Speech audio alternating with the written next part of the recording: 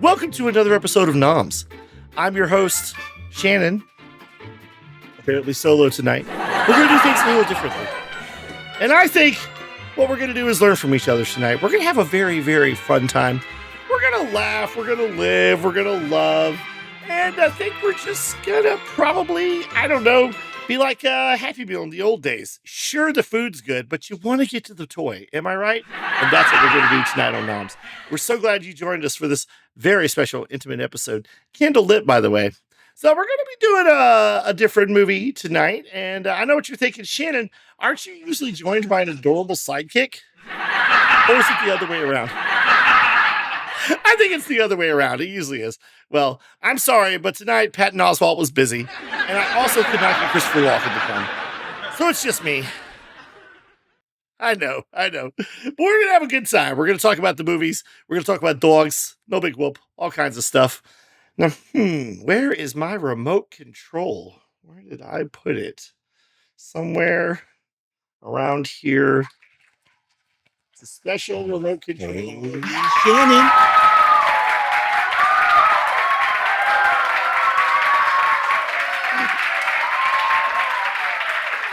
Matches McGillicuddy? It's me. How are you? Well, hey, buddy, why don't you pop on over? Did you need something? Well, it's time for tonight's NOMS podcast. Right, which is normally hosted by both of us, right? Yes, yeah. Yes, because I would never try to do the show without you. Never. No. It's like a peanut butter sandwich. It's okay, but you got to have that jelly to funk it up a little. You know what I'm saying? It's true. Am I the jelly? I think you are. I think you're the spice. Yeah. I'm just sticky and, make the roof of your mouth go. Tasty though. It's important though. I am one of the best M&Ms. Let's just say that. What's your favorite M&M? Because mine is peanut butter M&Ms. Mine's the green M&M. She's sexy.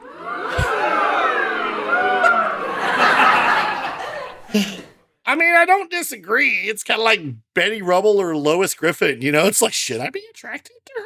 Jessica Rabbit? Let's test this out. Knock, knock. Who's there? Dwayne. Dwayne who? Dwayne the bathtub. I'm drowning. There's no laugh track. That's a classic. That's a good one. That one never goes out of style. Yeah. I like have that a laugh one. track. It sounds weird, doesn't it? I guess it does. Yeah. Well, okay. I got one for you. Knock knock. Who's there, Shannon? Oh, I'm sorry. I have the wrong house. Excuse me. Oh, I'm sorry. I have the wrong house. Excuse me. That's the joke.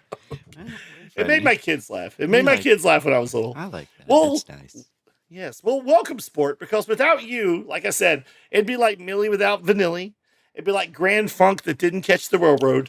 There's no way I could do this show by myself. I think you could. Golly gee whiz, thanks, mister. You're welcome, sport.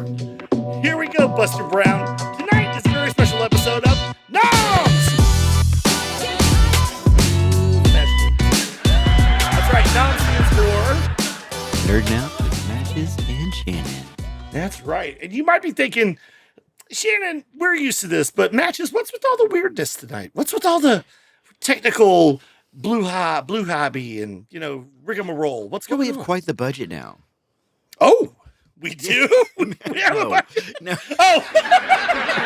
We're doing everything lo-fi. No, it's about our movie tonight. We're doing a very special Pleasantville episode. A Pleasantville marathon, if you will. Yeah. All one of them. Yeah, that's right.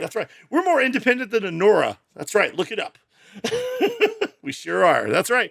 We're doing the 1998 film that was a movie called Pleasantville. That's right. Starring a young Tobey Maguire who had been in a few things by then, but had we known him? Did we know him that not well? as well as we did here, but yeah. 98, so the ice storm was what, 97 or 98? Oh, and see, I didn't see the ice storm until like the 2000s. Yeah, I think same here. So I guess we knew him as this and then Spider-Man, but I felt like I knew him when I saw this. Well, he was in between here and Spider-Man. He was in the Cider House Rules. Yeah. And I think he was in a few other things. And obviously he had to be in something where they recognized some Peter Parker energy in him. Yep, that's true. Yeah. I think And so. this is definitely one of those movies where he leans into the Tobey Maguire school of acting, where he just looks amazed and overwhelmed and whatever he I love like that he's face. staring and like he's Yeah. staring intently at a beautiful woman and he can't stop and he's like, whatever you say. Yep, it's good. That's acting. That is. I agree. Thank you, Toby. Yeah. It stars Tobey Maguire and an already established actress at that time named Goodie Miss Reese Witherspoon. Yeah. That's right. Not to be confused with her sister Reese without her spoon. Yep. True. Reese Witherspoon was she was getting pretty big at the time. She was getting pretty big, but this kind of I think catapulted them a little bit up. Well, it did because then a few months later in 1999, she was in a great movie that took great use of her acting talents called Election, which you might remember. Oh, I do remember Election. Yes.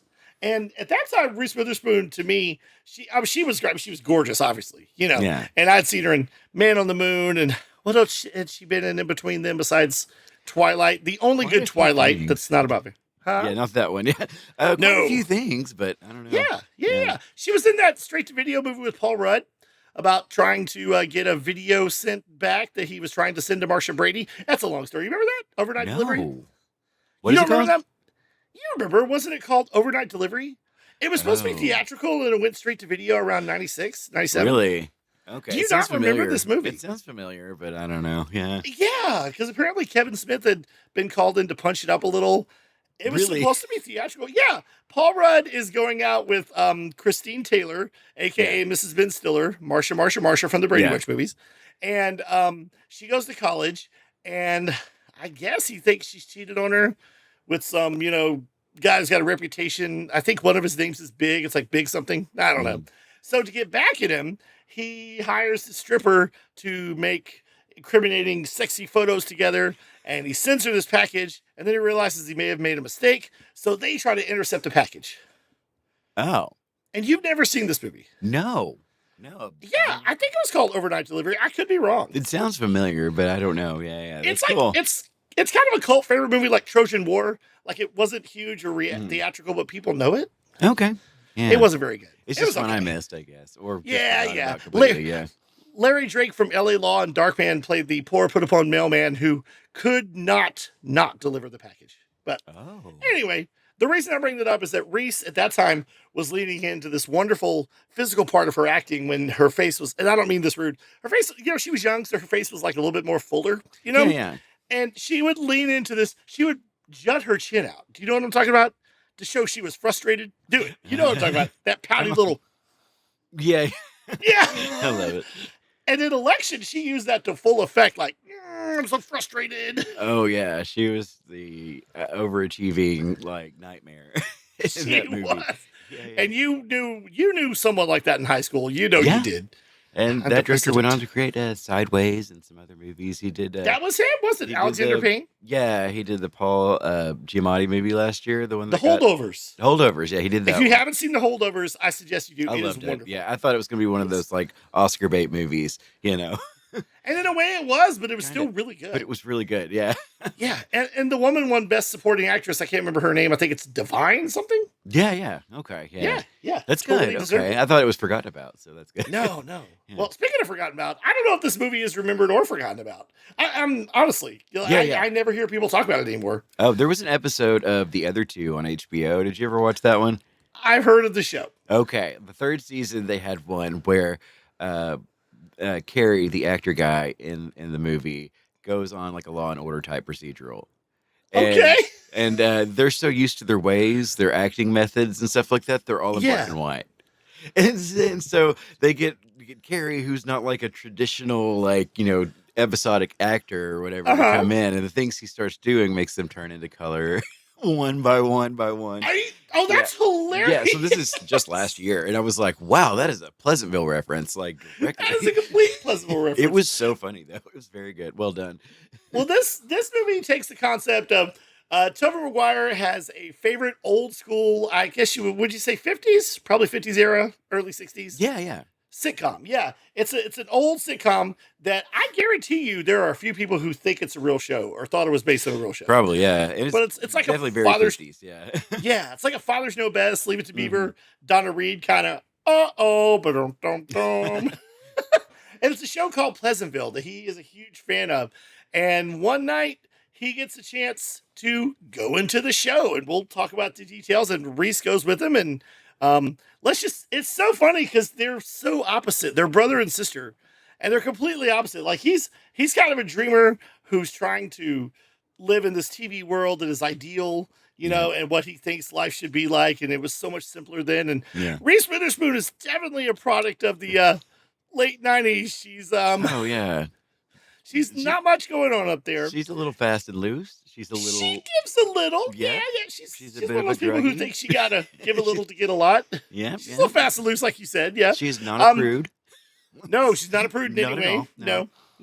She's a very sexy girl. Oh my God. Do you take her home to mother? Depends. Maybe. And she'll make her brownies and she'll say, I hate these. Right. Oh, what a nasty girl. I'm not sure. I'm not sure what's going on here. But yeah, I will say real quick at the beginning, so it opens up in 1998, and the movie opens up as Pleasantville being this, part of a lineup of shows on this channel called TV Time, a TV Land Nick at Night type channel that show, and it doesn't even say every show's in black and white. Yeah, I think so, yeah. Yeah. And so they're going to have a Pleasantville marathon. And then it cuts to 1998. And it cuts to all these different teachers just telling all this bad news and omens that are going to happen. Like, by the time you graduate, half of the polar ice caps will have melted. And then another teacher's like, most of you will have an HIV infection. Yeah. And it's basically contrasting like the hopefulness of like the 50s TV era to the, sort of. Yeah, the badness of the real world. Bad things happen. Good things happen. Lots of things can happen. Yeah. That's right. And by the end of the movie. Yeah. By the end of the movie, you get a balanced perspective. Yeah. But I will say this. Did you notice who her two friends were that were on the screen for a good minute? I did not know this till I saw it again. What's that? Who's that? Well, her two friends were.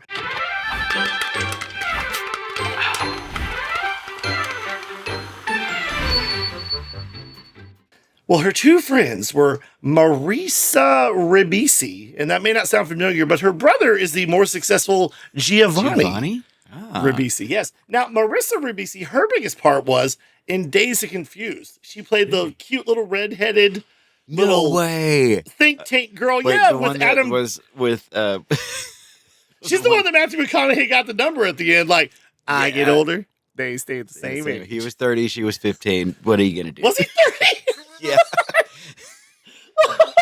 You shouldn't be sharing that on people. Yeah, she was with Adam Goldberg and that guy from Road Trip and Rent and Star Trek. What is his name? I don't know. Right? What? Star Trek what I'm talking about? He was in Road Trip. He played the villain, sort of, and he was in the new Star Trek Discovery show, and he was in the stage and screen version of Rent. Right? What is his name? I've forgotten. Oh, quick, producer. I know this. Alan. No, not Alan. No, not Alan. No, because he accused Kevin Spacey of being he's the one that came out against him originally. I know his name by heart. Literally, I know this guy. I know, because he's not in a whole lot. Yeah. Ryan, David, Sebastian, Anthony, Kirstie Alley, Anthony Rapp. Because he's got a name that sounds like he should be in hip hop. I was like, Ant? Is that right? That's not right. Ant, yeah, Ant. Anthony Kiedis? No, that's not the one. Yeah, Anthony Rapp. Yeah, that was one of her friends, really. Yeah, and the other friend, you're not gonna believe this, was a grown-up and perhaps her last film role, Jenny Lewis. Now I know that name sounds familiar to you. Yeah. Mm-hmm. We grew up watching Jenny Lewis in all kinds of 80s movies. I had all kinds of crushes on her. Oh my gosh, she was a red kid. She was a red-headed little goddess. Yeah, because we were her age. And oh my gosh, she was in The Wizard. She was in Troop Beverly Hills. Yep. And then she's later, about your age. Yeah, she's a little older than me. Not bad, but yeah. Okay. So it's an older crush for you. I got you. Yeah, she's an older woman. She was adorable. She was in everything. And then she disappeared from film. And what did she do? She went on to music. Yeah, she had a long and still going career in music. Yeah. And the name of the band she was in? She was in Rilo Kiley, and now she's off on her own, I think. Oh, is she off on her own? Yeah. She's You been might doing know that for a Rilo. while. Yeah, she's You might really know Rilo good Kiley. stuff. They're I got to see her live about 7 years ago in Northwest Arkansas. Yeah, it was awesome. It was the band behind her had recently been in Twin Peaks: The Return as one of the bands playing at the little bar at the end of the show on one of them. Oh, really? Yeah, I thought that was just fascinating. I was like off my TV and then like into my life. Yeah, straight out of True Beverly Hills. But she has some amazing songs like that you've just never heard. Yeah. Yeah. Well, anyway, those are her friends, and I do want to say before we get into it, when the cool guy of school comes up to Reese Witherspoon, they kind of had a typical exchange of high school romance and love, like, what's up? What's up? I saw you at the mall. Yeah, no, you did. Cool. You know, like her friends and his friends are both like, you know, they're like a Greek chorus of dumbness. So she invites him over to the, Yep. Oh, and she said something to him that no kid will ever say to any other teenager again. What's that? Are you going to watch the concert tonight on MTV? Oh, yeah. Yeah, how the mighty have fallen. Yes. MTV. Oh, my God. Music on MTV? Really? Thanks, Bowling for Soup. So basically, that's my way of saying the same night that that Tobey Maguire's character David is getting ready to watch the Pleasantville Marathon because he has seen every single episode. Yeah. It's the same night she invites that guy to come over and wrestle, let's just be honest. And can we just say real quick, their mom, not the most attentive mom. Like, she barely knows she has kids. Have you noticed that in this movie? Yeah, isn't she the mom from Malcolm in the Middle? That's Lois. Yeah. It's Jane Katzenberg. Y'all know. Yeah, y'all know. It's Jane. She's married to Bradley Whitford from... She's going to add a lot of stuff to it. Katzenberg. Yeah. She is married to Bradley Whitford of The West Wing and Billy Madison. Yeah, I knew that. Yep. Yeah. That's pretty cool. I love them as a But couple. anyway, she just takes off because she's like mad at their dad because apparently he didn't want them that weekend. Yeah. So she takes off with her new boyfriend. And then what happens? They both want the remote control. They fight over it. Mm-hmm. It breaks. Mm-hmm. But then by magic, someone appears at the door. Who is that, Matches? Hello? That would be Mr. Barney Fife himself, Don Knotts. I think you mean Ralph Furley. The incredible Mr. Limpet. Yes. Yes. The lover, the shakiest gun in the West. One of my personal comedy favorites, Mr. Don Knotts. Yes. Known as Barney Fife, also known as Furley. I would say to our generation, but Three's Company started before we were born. But it was still on the TV with new episodes when I was little. Yeah. But when I was little, it was still on the TV. Yeah, that's right.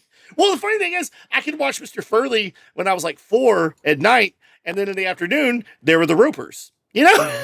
Yeah. Because it was syndicated. Yeah. Anyway, he comes in as this mysterious TV repairman and grills Tobey Maguire on all the Pleasantville madness.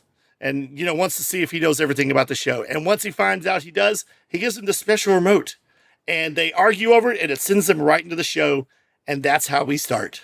Yep. Yeah. We sure do. But we're not going to do this whole show by ourselves. No. We're going to have a little heavenly help, aren't we? A little digital rescue. It's true. Our two friends here on NOMS podcast, we like to hang out with our friends. That's right. That's our special partners. Guest stars. Yes. Our wives, Siskel and Ebert. Surprise, we're married. Siskel and Ebert, they were like a married couple, right? No, we're married to them now legally. I made sure it happened. I'm sorry I didn't tell you before, but we're literally legally wed to them. What does that mean for my kids? Nothing. Don't get nothing. Nothing. You can tell them nothing. You think Siskel and Ebert had kids? Yes. Our work family, the special guest stars, Siskel and Ebert, they're going to help us out. They had a review of Pleasantville in 1998. Although, was Siskel there? I don't know. I haven't seen this yet. I don't think, but we'll see. And here we go. We're about to start the review of Siskel, hopefully Siskel and Ebert. I believe John Carpenter's Vampires came out around the same time. So if Siskel was there for that, he's probably here for Pleasantville. Okay. Maybe. Let's hope so. Now, for those of you who have just joined us for the first time and you don't know who Siskel and Ebert are, they were, tell them, Matches. They were the No pressure. hottest critics on the block for decades. Good 3.5 decades or so. Yeah. Yeah, they were the definitive film TV critics, I would say. Yeah, we lost Gene along the way, but we had Roger and Roper and all kinds of people to fill in. So, yeah. That'd be funny if it was a Furley, but no, you're right. Yeah. So, yeah, and we're going to hear what they have to say about this movie. We've got our opinions about the movie. I remember renting it after it had come into theaters, and I rented it, and I was excited to see it. And I feel like you really, really, really like this movie. This is a film, Shannon. This is not a movie. Oh, sorry. It's cinema. Thank you, Scorsese. That's right. This is a tour de force. It's not all tonally the same or there together, I think. No. But it's got some of the best moments in film history, I think. Like, it may not be the best movie, but there's some gold moments in this thing. Okay. Well, for those of you who aren't familiar with this, they basically get sucked into TV. So the majority of the film is mostly in black and white. Yeah. Yeah. And so it's kind of cool. And it's a spoof of like the 50s, like, oh, hey there, Tiger kind of sitcoms, you know? Yeah. It's funny they digitized most of the movie back then just so they could tell me how it happened.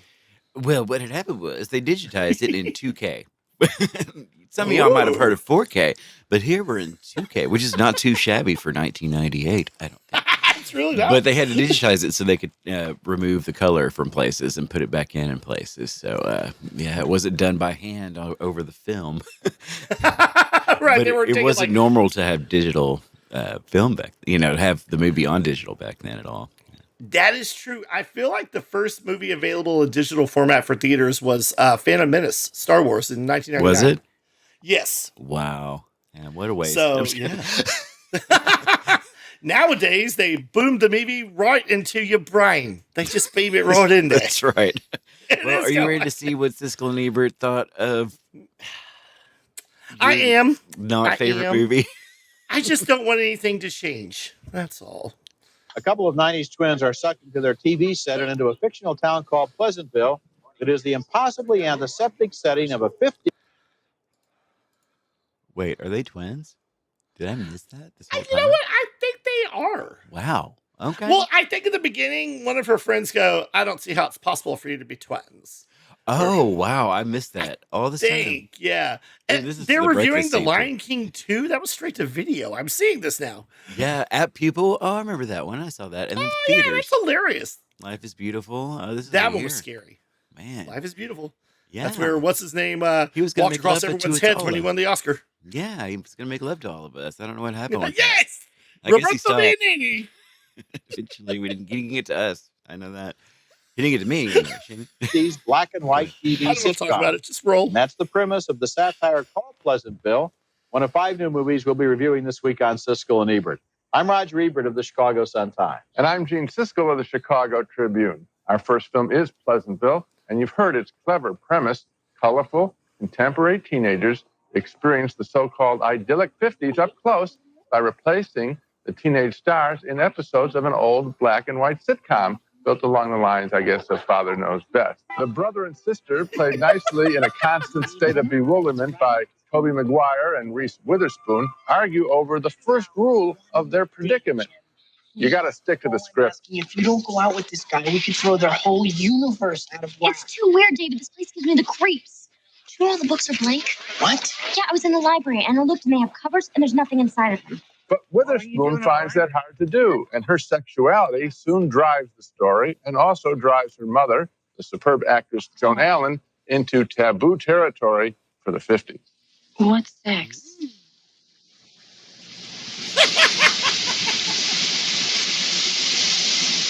sure you want to know this? Yes. The point is, when characters discover extreme passion in Pleasantville, any kind of passion, from sexual excitement to anger, they turn into technicolor versions of themselves, which accounts for Joan Allen's covering up that telltale sign as the film takes a serious turn and reminds us of the racism flourishing in the 50s. It's beautiful. I shouldn't cover that up. That's Jeff Daniels as the owner of the soda shop where the high school kids hang out and raise a provocative issue. What's outside of Pleasantville? It doesn't matter. It's not important. What's outside of Pleasantville? And I guess that is the serious theme of the movie, underlying the comedy. Questions: who are we? What are our values in our 90s colorful world? How will visitors 40 years hence regard us? What are our forces of conformity? What are our taboos? Those are the heady issues generated by a thoroughly entertaining and inventive movie. Credit writer, director, producer Gary Ross for creating Pleasantville, and he fulfills the promise of two other very good films he wrote. Get this: Big with Tom Hanks, and the White House comic fantasy Dave with Kevin Kline. That's a nice track record. It's a great movie. In fact, I think it's going to be on my list of the year's best films. And when I Yay! Whoa, really? Yep. I mean, I bet The Lion King 2 was as well. Yeah, it was. like about it is the way that it sneaks up on you. It starts out as kind of a situation comedy of its own in a way, and then it just gets better and better and better. And beneath the comedy, and it's entertaining from beginning to end, beneath the comedy are some very profound issues, including this revolutionary suggestion that things have gotten better. This is really clever, and it does sneak up on you. You from the beginning, you think, oh, it's just going to be a parody of Baba Knows Best. Yeah. Oh, it's much deeper than that. Credit Gary Ross. Terrific. Our next movie is a tricky...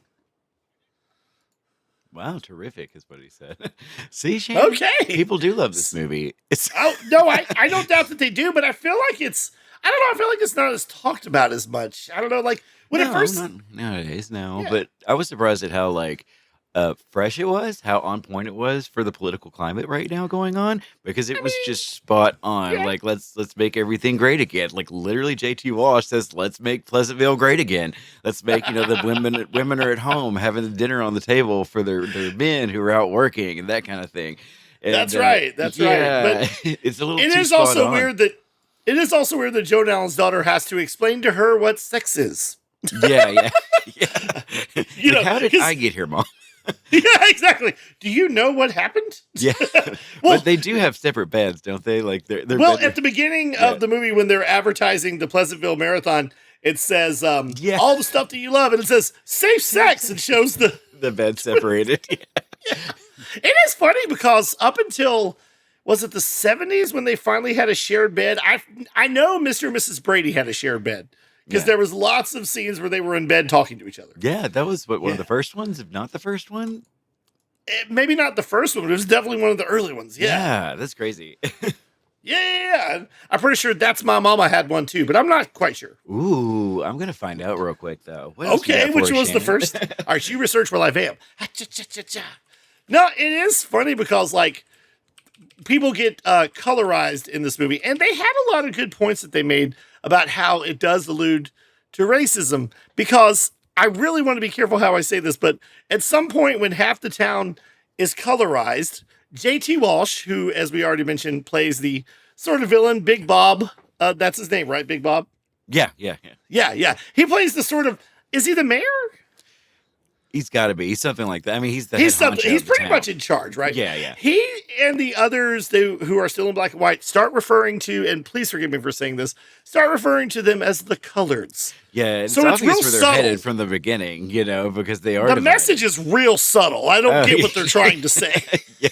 I mean, if you watch this now, might be like, they're trying a little too hard, They didn't realize it was made 30 years ago, but I know, right? You're watching it and you're like, what's that hitting me over the head? What's that hitting me over the head? I don't get it. Yeah. I think it's incredible though, but they actually have the black and white people, the normal people is what they say, and the coloreds.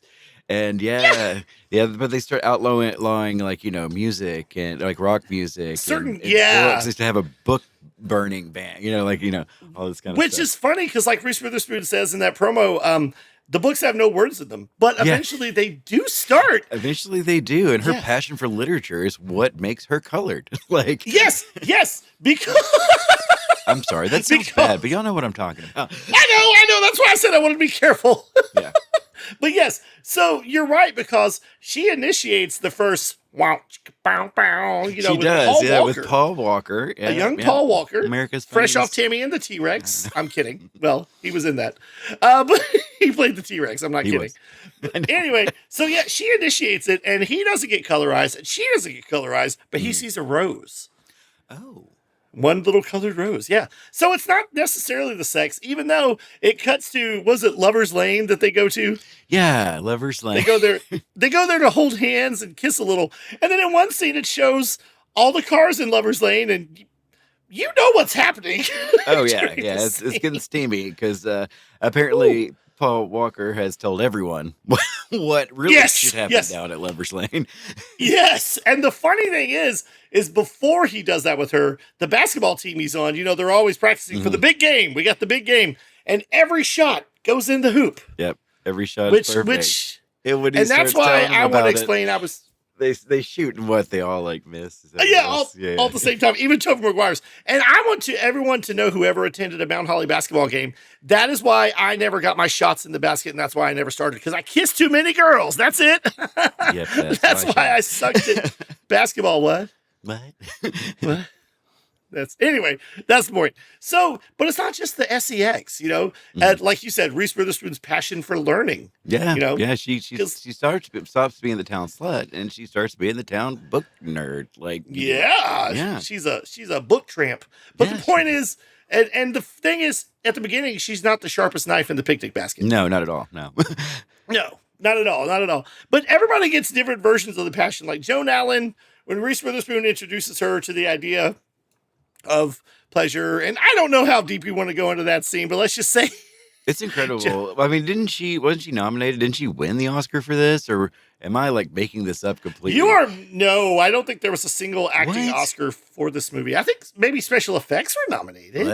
Oh gosh. I don't think so, Am I man. making this up in my head, Shannon? Yes. I think the actor who played Whitey was nominated. No. And by the way, that's not a mistake. Whitey. He's named Whitey for a reason. It's true. Yeah. Whitey. Oh my gosh. He ended up being real bad. Yeah. Yeah. Well, because Tobey Maguire, who has leaned into the character of Bud, stole his girl. Played by, I got her name written down, played by Marley Shelton, the always beautiful Marley Shelton from Super Troopers, if I remember correctly. But yeah, Okay. so people And start this is slowly best original score, best costume design, best production design. That's all we got, I think. just nominated. Yeah. Oh, maybe No, she won a Golden Globe. I don't know. But she should have. Yeah, and I'm not being rude when I say that. I was pretty sure no one was nominated for acting or anything. Yeah. Okay. But Yeah, I they don't know. weren't. I'm surprised. Like, I kinda No. am, yeah. But Yeah. there's some good acting in this movie for sure. Joan There Allen and is. Jeff Daniels are both in a completely different movie than everyone else. So they're Yes. in a league beyond. There is a hint at the beginning when it's showing, when it does the promo and it's showing the marathon and clips from the show, Yeah. and it's like, there's the warm greeting. Oh, and look, there's Mr. Johnson at the soda shop, and like he's cleaning, but he looks like he's somewhere else. Like Yeah. this is not where he belongs and not who he's supposed to Oh, be. it's true. Yeah, he's an artiste. He is a free thinker. He is a He- real guy out there. And when he paints, it's in color. Now, here's the thing. Halfway during the movie, he decides to paint a mural on the window of the soda shop that is a naked Joan Allen. Yep, front and back. On the inside is the back. Oh, On the it outside is the front, or whatever. Yeah. it is front and back. You go in and there's their mom's butt. And it's just like, I don't know. Like, I get it. Passion can take many forms. Yeah. And I mean, the scene when she's I in the don't know. bathtub, everyone knows what's going on. She's a little bit pleasuring herself. I was going to talk about that a little bit. And that's when she becomes, or her lips become in color at least, or something. Was it the whole thing? I think so. Yeah. And isn't that when the very first fire in Pleasantville happens? Yes, and then just like magic, a fire erupts in the tree, and the firemen don't know what to do because all they've ever done is rescued kittens from the tree. Yep. So Tobey Maguire runs over and yells, "Fire! Fire!" And they're like, and they're just standing there like, "What?" Okay, and he goes, "Cat!" they're like, hop, hop, hop, hop, hop. Yeah, they start going. It's so funny, but yeah, that scene where the tree just burst into color and fire, like it's just beautiful. Like Yeah. it's I love that so much. And they have we get to- the they scene have with Tobey to- Maguire and her where he's trying to cover up her makeup. Yeah. You know, and she's going back into black and white with the makeup, and it's just such a nice scene between the mom and the son. You know. And we have the cast in this movie, like you were talking about. You got William H. Macy as the dad, who I can't think of anyone else to play well, hey there, sport, Mr. Cleaver kind of. He does it so comforting well, dad. that oblivious dad, the sitcom dad, like, and he's so great at this. Yes, because the first time that Joan Allen doesn't show up to have his supper ready, he comes in, honey, where's my supper? He does, and there's really no one there. He's looking in the oven. Like, Yep. he's looking under the table, basically. Yes. Like, where is it? The kids are gone experiencing life. Joan Allen's gone experiencing life. And for the rest of the her movie, and he's Jim like, I Daniels- got home, and there was no dinner. And everyone's like, what? I know, everyone in the barbershop's like, you don't say. The whole time, like the whole rest of the movie, you're like, okay, buddy. Calm down. And, I mean, it is funny because by the end of the movie, most everybody does have some color. It's the true. whole town gets colorized. Tobey Maguire And- makes him so frustrated, JT Walsh so frustrated, because he's the last one, I think, in the whole courtroom. Yes. Basically. And he gets so frustrated, he turns to color, he just runs out of the room. I know, like he's ashamed, like, oh! Yeah, he's all ashamed and stuff. And it's like, And what? yeah, it's like an outburst. But might I say, the late, great J.T. Walsh. Man, yeah, he didn't even live to see the movie come out. No. Yeah, but he was a fantastic actor back then. Yes, that same year, The Negotiator came out with Samuel L. Jackson and another guy we don't want to talk about that much. And he had a very good role in that one. Yes. J.T. Walsh was known for either playing a villain, someone who knew too much, or someone who worked with the president whose advice you didn't want to take. Well, Exactly. sir, I think we should do a nuclear strike. He that was getting him. really big back then, right before he died, like extra big, I think, right then. Yeah, what was he the was one a with? well-known- Was there one with Kurt Russell where he was an enraged driver or something? No, What was it? not exactly. It was called, oh gosh, what the heck was it called? I know. I'm trying to think. Because I watch it all the time. Breakaway? No, break. Breakdown. Is it breaking it? Breakdown. Yeah. Yeah, You watch it all the Breakdown. time? Are you serious? I do. I If thought I see might have it made on- this up. I'm No. Let's go with Breakdown real quick. 1997. Kurt Russell and his wife are driving down the road, Yeah. and their car gets some trouble, and a nice trucker played by J.T. Walsh gives her a ride, and she never comes back, and she gets kidnapped. And we can do that movie if you want with Siskel Ebert. It's yeah, we'll really have good. to. I remember going to the movies and liking it, and his performance. Oh, Their performances were fantastic. Yeah, It is so very good. Yeah, Yeah. Like I said, J.T. Walsh could play a great villain. yeah, Because for sure. he looked like a guy who was always wearing like those little glasses that you don't really need. You know? yeah. How do And, you like, even see? Do you? It's like you can He's just always see got a this much of toothpick the in his world. mouth. Yeah. But yeah, so JT Walsh the villain, and he turns color at the end. Yeah, his and then- performance is just like I had chills every time I see him go off like that and turn color. Yeah. I get chills. It's true. I get it. Speaking of the cast of this movie's also got a little side character Buffy. Oh, that's the right. Vampire Yeah, Slayer there's some- vibe going in. There's some major Buffy action going on in this movie. With Yes, some there of the is. side characters. Yeah, That would be the actors Mark Blucas and Jonathan Strong. that's right. Jonathan Strong, or as we know him. Wait, Yeah, Danny Strong. Danny Strong. I got it mixed up. Danny yeah, I Strong. was like, wait a minute, that's not right. As Jonathan, yeah, I did that on purpose. I tricked you. you did. No, You tricked me. I forgot. So I it's Danny forgot. Armstrong, right? Danny Armstrong, Yeah. Danny Strong playing, who played Jonathan on Yeah. Buffy the Vampire Slayer, who didn't seem like a major character, but each season he had something very cool to do. Yeah, like he was impressive. I loved him. He was great in The that. very- He's also a writer now, an Oscar-winning Yeah, writer. a major Hollywood writer. Yeah. Yeah. And then Mark Blucas, I think I'm saying his name right, as I think so. not your favorite Buffy boyfriend, Riley. Man, Riley was awful. He started out great and I ended. liked Riley. Oh, he was awful. He was the worst human being. He was the. What? Oh, Oh, I'm sorry. I'm sorry he didn't go around biting people and killing people. I'm so sorry he was a normal it's not human. because of that. He was not. It's not because he was alive and not a murderer and stuff. He was just a weak, awful, just terrible person. Really? Yeah. That is not the vibe I got from him at all. Yeah. No. At first he was great, but then But then, he scorned us all. Well, him and little Danny Jonathan are very good in this movie. They have a small part, but they're the crew that kind of wants to know more about what's it like to, have color. And Tobey Maguire's kind of leading this, not revolution kind of, but he's kind of their advisor because they don't know what to do. They got these feelings and these things that aren't happening. Things aren't perfect anymore, So, because early on, remember, Reese Witherspoon finds out that nothing catches fire in Pleasantville.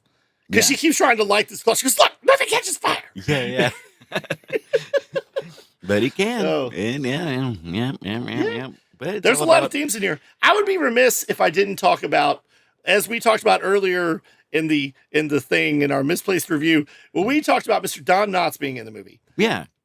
Okay, I got lots of questions. So he shows up, tests Tobey Maguire's knowledge, decides to give him the special remote, give him the treat of being in the show.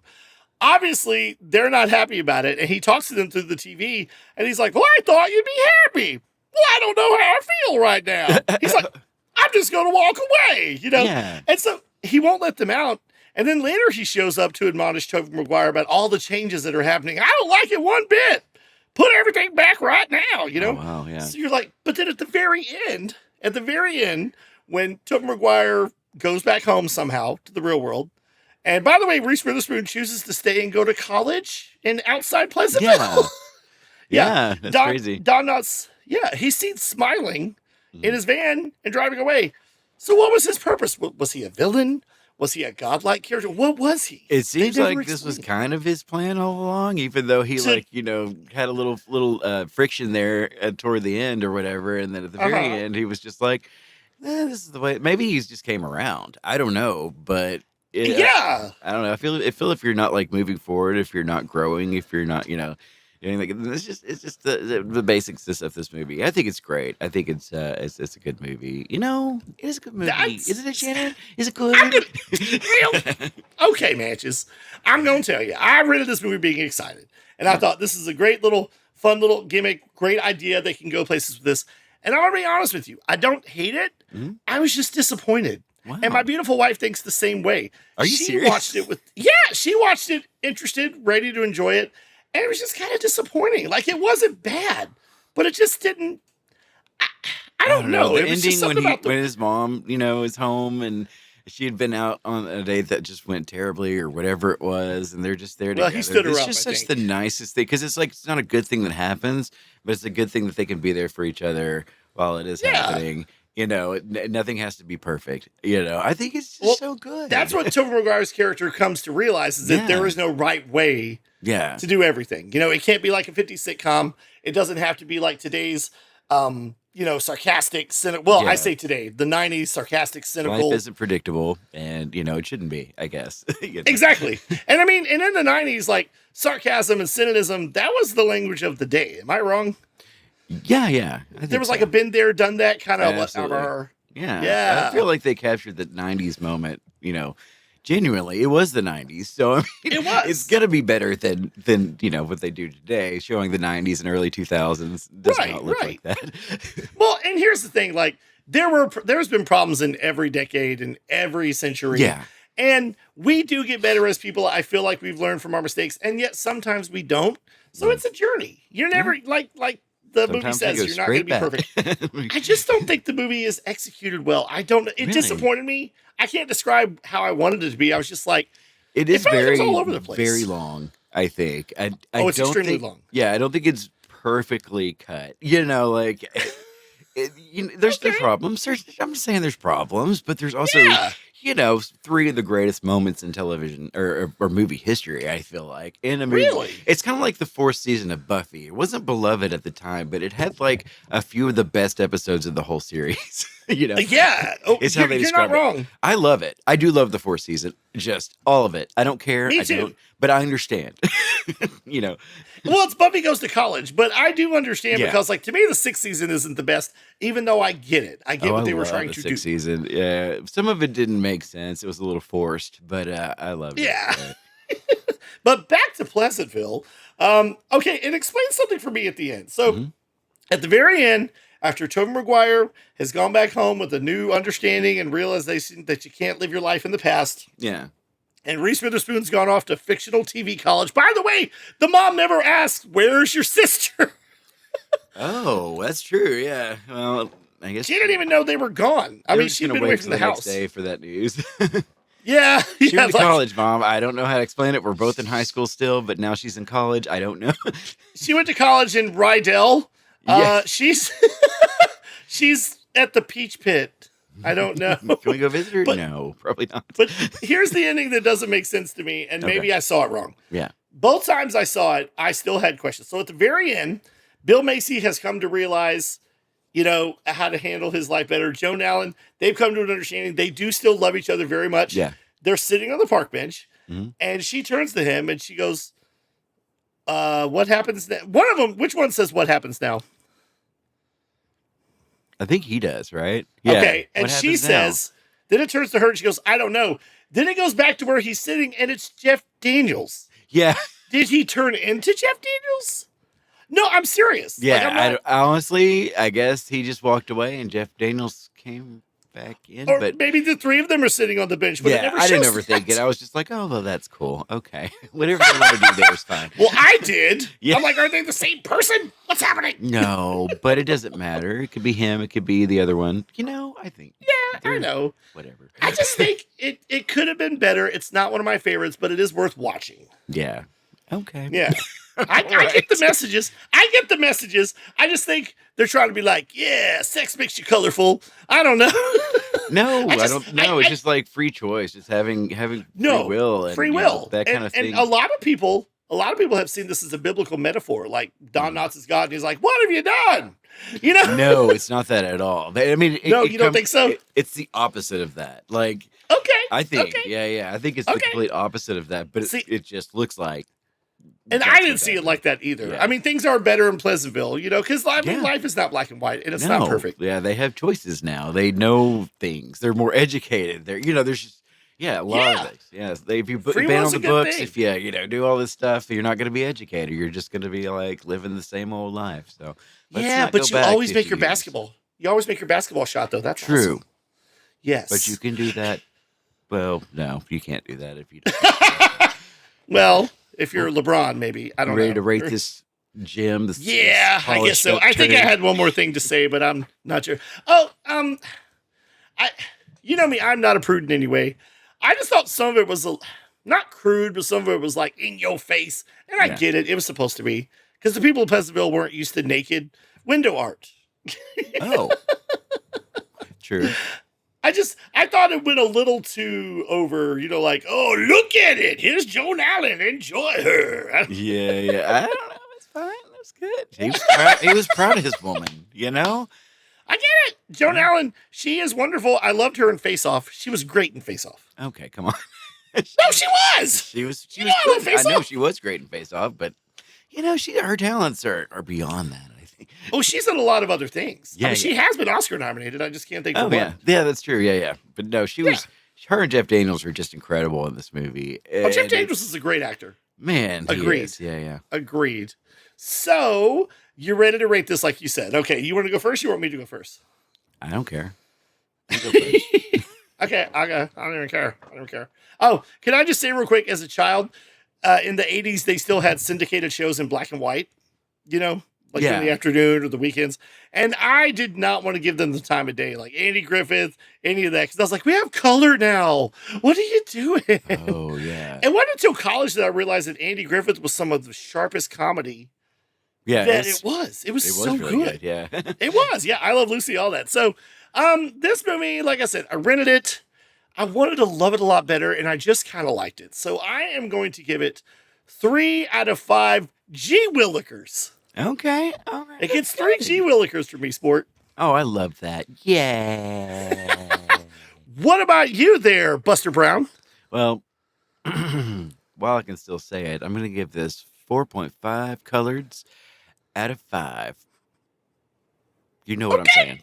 Yes, I do. Yes, I do. Chop this up and make it sound bad on the internet. I love Pleasantville, though. So you give it I think it's a 4 fun time. It's not something I want to watch every day, every year. Right. But I loved revisiting this movie. It was great. Okay, yeah. I mean, like I said, I guess I didn't have to be explained who Don Knotts was, but it might have helped. Yeah. I mean, these days, I don't know. That's true. And this was his last movie he was ever in. And the only thing he did after this was voice work on TV and some other movies and stuff. Oh, really? So I it's was the last wondering, physical appearance. yeah. Yeah. In fact, the last thing he did was, I don't know if you know who Max Lucado is, but he's a Christian children's author. Mm-hmm. And he had a cartoon show called, hear me out, Hermie the Worm. And Tim Conway played Hermie the Worm. And Don Knotts played his buddy, Hermie. Oh, wow. I did not know that. Vicki Lawrence is in this show. It's actually pretty fun. Are you serious? Vicki Yes. Lawrence? Little Rocket had some videos when he was real little, and we watched them. And yeah, they're fun. Okay, cool. Yeah. So that's the last thing he did. And and Andy Griffith was by his side, when he passed away. Really? Yes. Aww. He was at his bedside. That's so sweet. Really? Yep. I want to say his last words, probably not, but I want to say his last words were, "Nip it in the bud." Guess we'll never know. I don't know. No. But that was Pleasantville, nipped in the bud. Okay, so I did find out the first married couple to share a bed on television were Mary Kay and Johnny from the 1947 to 1950 show Mary Kay and Johnny. I don't know what that is. I have never... Was this American?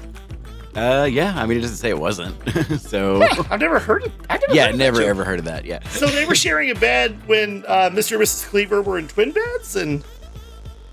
I suppose. I mean, Lucy and Ricky were in twin beds, and yet they had a baby. Oh, yeah. Yeah. Well, weren't there jokes about how when they were feeling a little romantic, they would push the beds together? I've heard jokes like that. Yeah. Oh, that's so funny. Yeah. See, I feel like you don't need to go completely sanitized like the 50s and the early 60s, but there is some innocence there, and I don't think we need to lose that. But I think we also need to embrace reality, a little bit of both. And that's a public service announcement from Shannon. What's next, Matches? Next is Shannon sings a Sally song. A Sally song. That's right. It's time to get it on. I decided to write a theme song inspired by the movie that we watched, which was, of course, Jaws the Revenge. And this time it's personal, baby. Oh.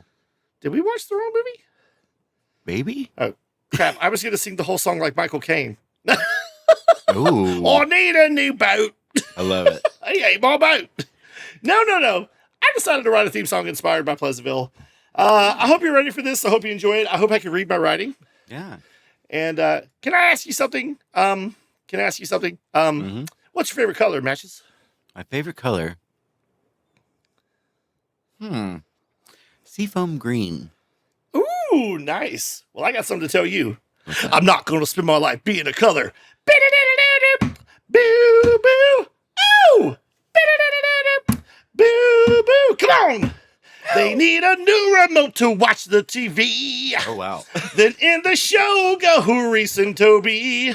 Cause real life's such drag and classic TV feels so right. Do-do-do-do-do. Do-do. Cause in Pleasantville, baby, you're living in black and white. Do-do-do-do-do. Come on, Matches. Woo! Woo! Now every basketball goes in the hoop. And Jeff Daniels is kind of a goof. But more kids are going to the lake. And Joan Allen's in the bathtub all night. Woo! Goodness. Hey! As soon as something happens, they're no longer in black and white. Boo, boo. Here we go. Now Don Knotts is unhappy with the changes to the show.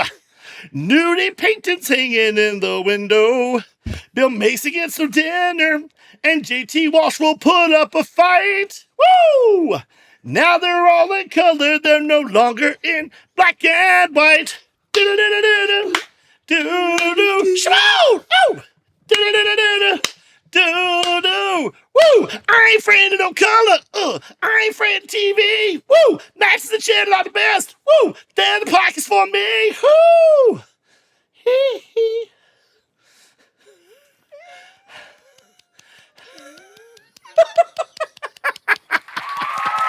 Well, there you go. Did I make the cut? Oh, you like me? I don't think so, dog. You really like me? Nope, that's gonna be a no for me. Oh, dang it, Randy Jackson. How about you, Paul Abdul? I thought you were great. And Simon? I thought it was stupid. I don't know how to do him. Or one of the greatest compliments of all time. I really like the ending of the song. Oh, you mean the part where I did the vocal takes? No, I liked it when you ended the song when it was over. Yeah, did he say that? Probably. No, that was in a Brad Paisley video. Oh, really?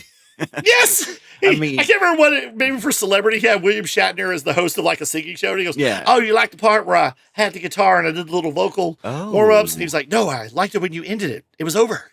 Yeah. Good time. Well, don't worry, people. It's not over yet. Because comes next our favorite segment, of course, sponsored by Snacky S'mores. Snacky S'mores. The taste of the future. Snacky S'mores. Put them in the microwave. It doesn't matter. They're going to stay in your colon for 20 years. Snacky S'mores. This part of the show is one of our favorites. Let me limber up for this one. Yeah. For those of you who don't know, this part of the show, don't want to play Hammy. It's called the Video Movie Corner Pick of the Week.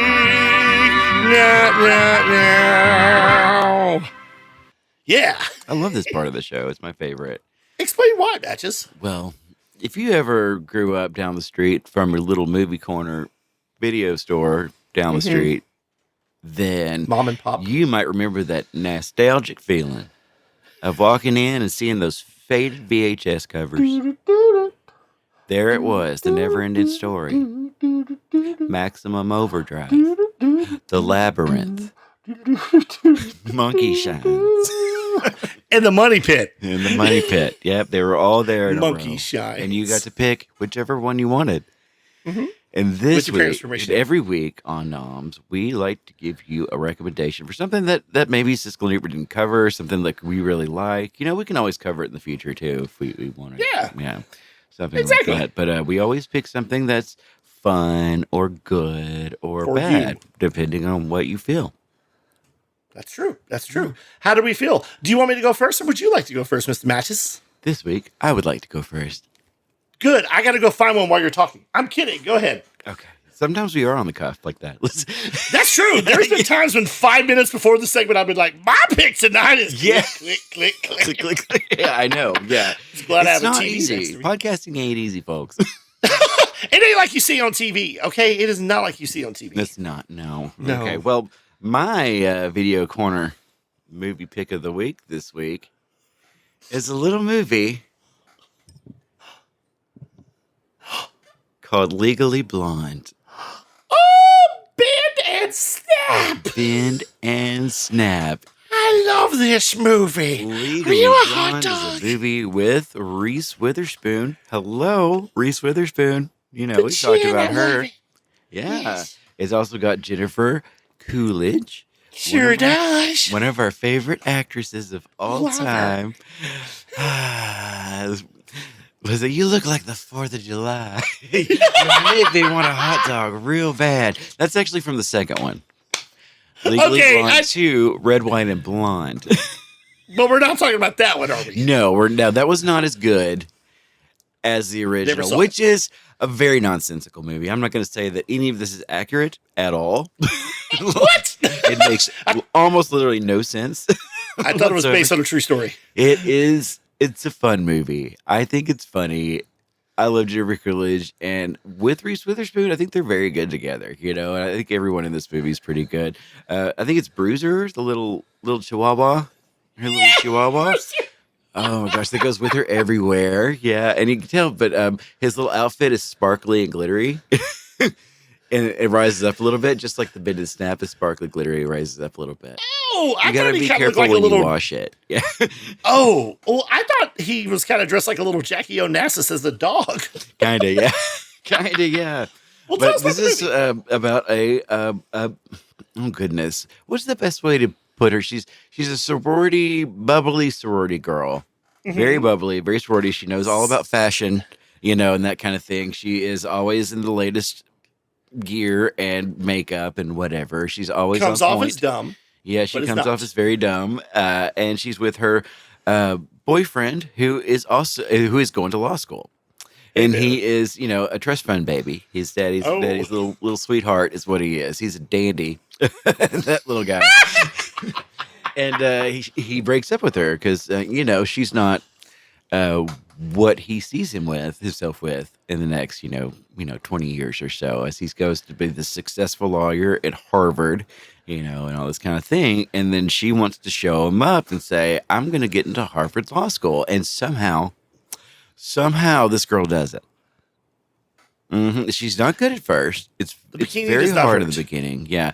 But she meets Luke Wilson, who helps her. Can I just say my wife's favorite Wilson? She really definitely has a thing for Luke. Yeah. She loves Owen, but she thinks Luke is super handsome and charming. He is. He is super handsome and charming. I like Andrew. I like Owen. I like them both. I like all three of them. Yeah, they're so good. Yeah, but it's a great movie. It's fun. It's just fun. All it is fun. That's it. It's it's kind of like Speed. It's not gonna like change your life, but it's well written, done. The guy who wrote it is actually Blake Snyder. He wrote a series of screenwriting novels that are hugely popular called Save the Cat. The last screenwriting book you'll ever know. Yeah, he wrote that. And he's also someone that died one year within the last 10 years or so, and they wouldn't put him in the Oscars. Yeah. No. But yeah, this is one. He sold a lot of screenplays, but only this one and I think Blank Check are the two that got made into movies. Oh, well, at least this one's really good. I know way too much about him, but but yeah, this is his one big movie, and it was huge. It's gigantic. Everyone knows what this movie is. And it can be annoying for some people, but it's a lot of fun. Bending and snapping never gets old. It's usually on TV every weekend, or at least every other weekend. It's true. It did make, like we said, Reese Witherspoon was already pretty big. This made her a huge bankable star. Oh, yeah. Box office wise. Oh, exactly. Yeah, she was known, but now.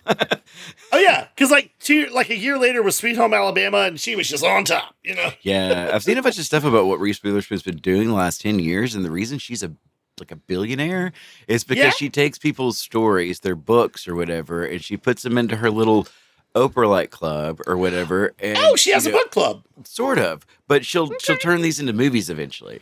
So she owns parts of them or something like that. And then I don't know how it works exactly, but they're supposed to go into being like a movie later. So they're going to try to do that somehow. So she made a lot of money on that. Yeah. I do want to insert in this little conversation, I just got a birdie in my ear saying that the Blake guy you were talking about also wrote the Tour de Force Oscar snubbed, and I think it changed our live script of Stop or My Mom Will Shoot. Well, Sylvester Stallone and Estelle Getty.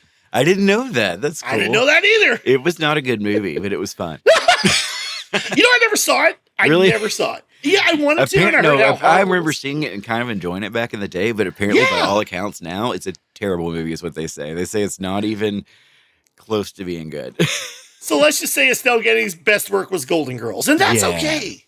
That's all right. So, another fun thing about Legally Blonde, which you haven't mentioned yet, but I'm sure you were going to. The cast, you got Selma Blair. Yeah, Selma Blair. Yeah. You've got, I cannot remember her name, but her two best friends in college, the cheerleader and the other girl. Yeah. I don't remember their names, but they are hilarious. Yep, they're a hilarious. lot of things. It's got Linda Cardellini in it. Yes, the very adorable Linda Cardellini. Yeah. Yes. Allie Larder. Yeah. She's so good in this.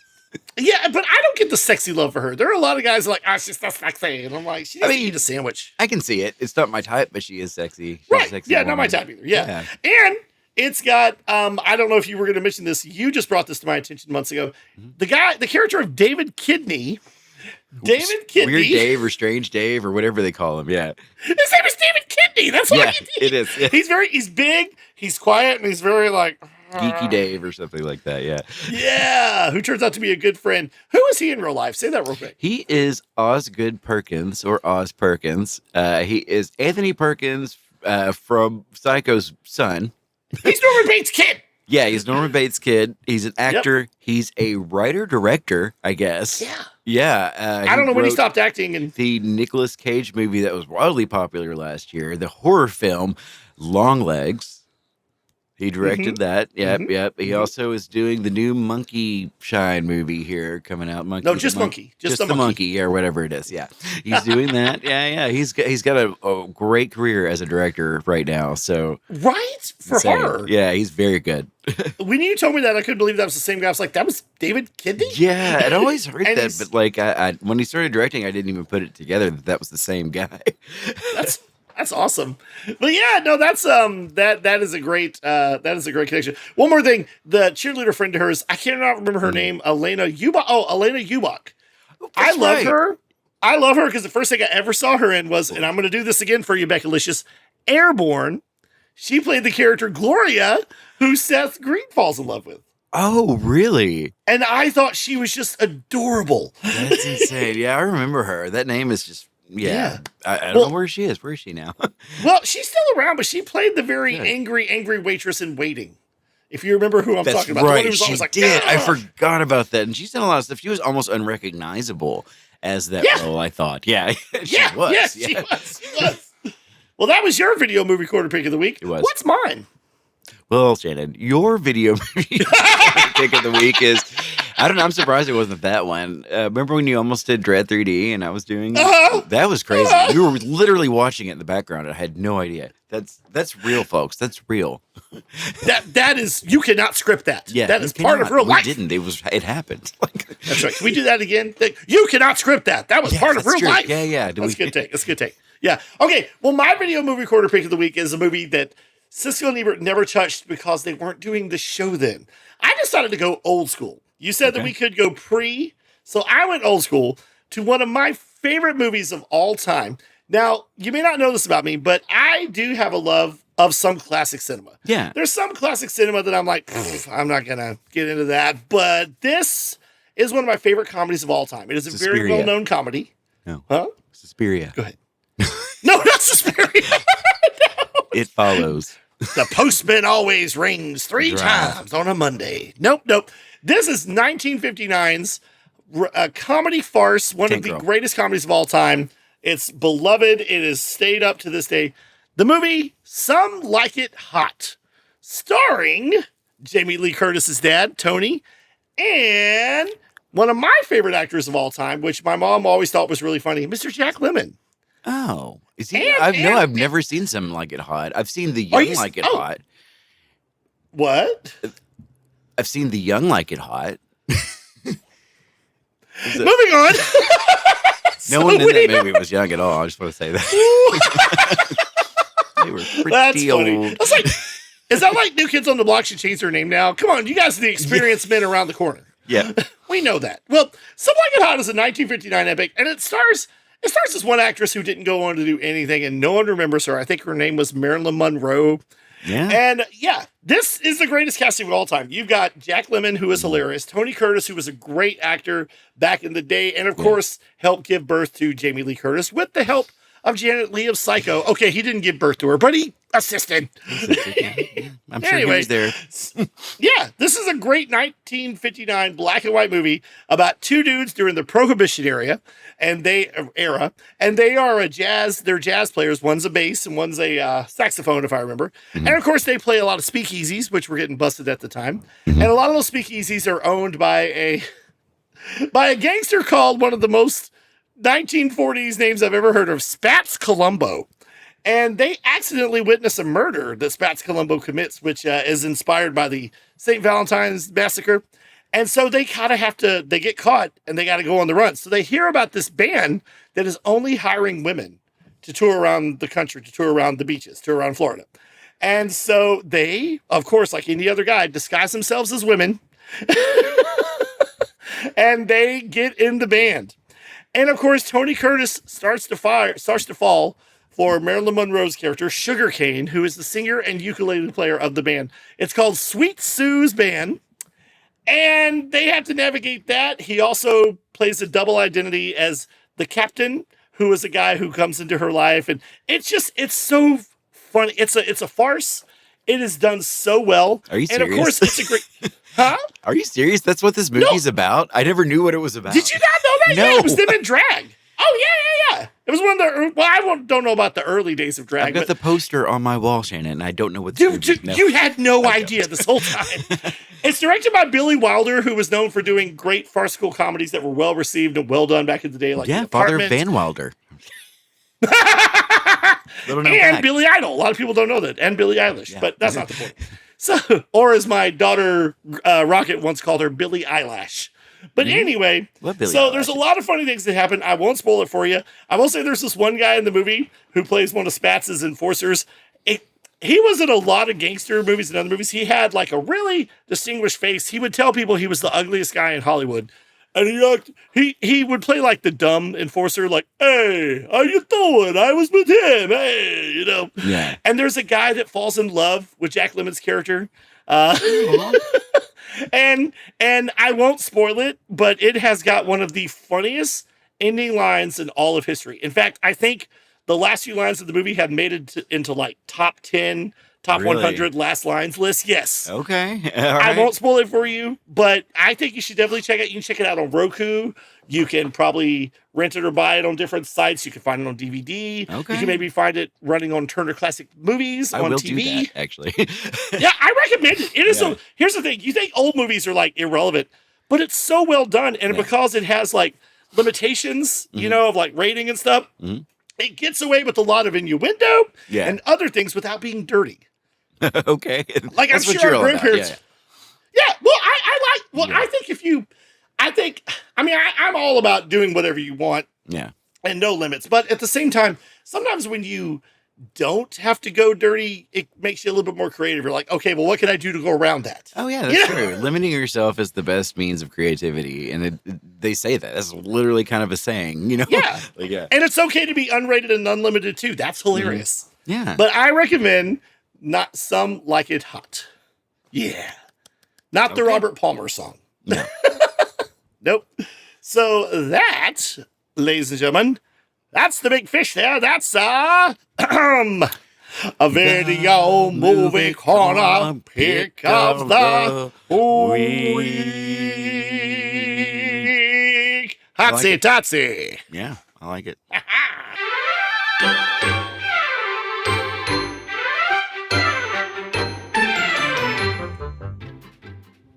Well, hey there. I hear you're having a little podcast trouble. What do you mean? Well, I hear your podcast is in a bit of a pickle. So I thought I'd come and maybe get you a new podcast remote. Oh, what? First off, hold up. Do you like the classic show Buffy the Vampire Slayer? Yeah, it's one of my favorite shows. One of mine too. I love it. Yeah. Remember the episode where Buffy couldn't go to the Peach Pit because she was grounded? So she decided to sneak out on the Rainbow Bridge. And then next thing you know, Monroe got her involved in some kind of business where they were selling skirts to Lamont? No, I don't remember that one.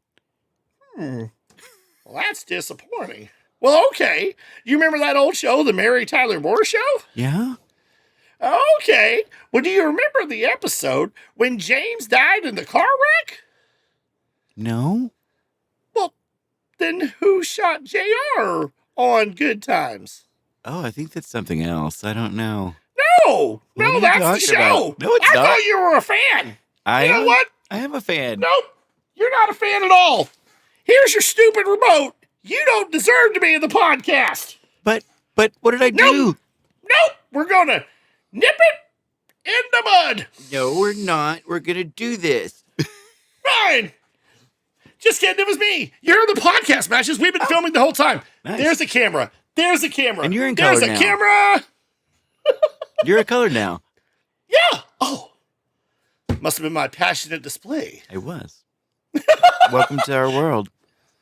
That's right. Isn't it neat? Isn't it cool?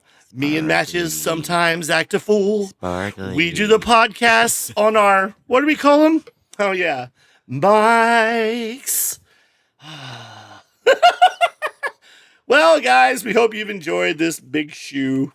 And we put a lot of work. I want to say congratulations to our producer who put a lot of work and a lot of effort into this. Yeah.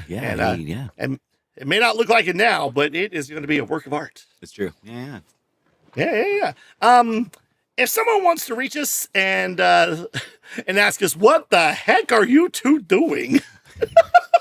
By the way, you look pretty sharp at that time, buddy. Thank you. Well, Shannon, what they can do is email us on the World Wide Web. Electronic mail us at nomspodcast@gmail.com. Yeah, you can also comment down below wherever you listen to fine podcasts. We're also on YouTube. Like you might be listening to us on YouTube right now, or Spotify, or Apple Podcasts. Nice. You can even just illegally download us and share us. That's fine. Yeah, man. Don't pay for it. Yeah, Are we check us charging? out on the street. Hey, speaking of the streets, if anyone wants to sponsor us or know of a sponsor who would like to sponsor a struggling podcast, we got a few podcasts we could suggest. You're in luck. There is a podcast one town that way. Whoa. Speaking of Jeff Daniels, thank you. Well, I guess we better go because you got to get back to your auditions for My Chemical Romance, the VH1 story, don't you? Don't you? Should you be outside a private school smoking a cigarette and deciding ways to fool with the man? Yeah, something like that. Go ahead. You can throw it on me. Shouldn't I be auditioning for the next role of Kyle Gass in Tenacious D? Yeah, you should. Shouldn't I be selling Campbell's soup? Ooh, you should. Shouldn't I be playing Ben Folds' fatter alter ego? You said it, not Ben me. Mini Folds? You said Do it, not I? me. I didn't say that. No, I know. I just thought I'd get me. Oh. No, you look sharp tonight. For those of you who can't see the podcast, Natchez does not need to go near a balloon because you look sharp. That's what I used to tell Thanks, Groot. Shannon. You're welcome. I still Groot that all the time. I when you look. look, I've got my polo on, but whatever. I think you look good, man. Okay. Looks good. I got my Bruce Campbell on, so, it's... Yeah. Oh, I should have worn mine. I'll wear mine next time. Oh, yeah. A guy stared at me weirdly in Walmart today. He looked at my shirt, and I thought he liked it and was trying to recognize it, but he looked like this the whole time. Really? Yeah. That's He was weird. trying to figure it out, and it made him mad just What to a think weirdo. about it. Yeah. It was. Well, I hope you have a great week this week. And Batches, as always, it's been fun. It's been real, but the swelling's gone down. Did I say that wrong? Yeah, something, but it's fine. We get the idea. Bye. Yeah. Bye, everybody. Thanks for coming. And we're out. And Mel Brooks.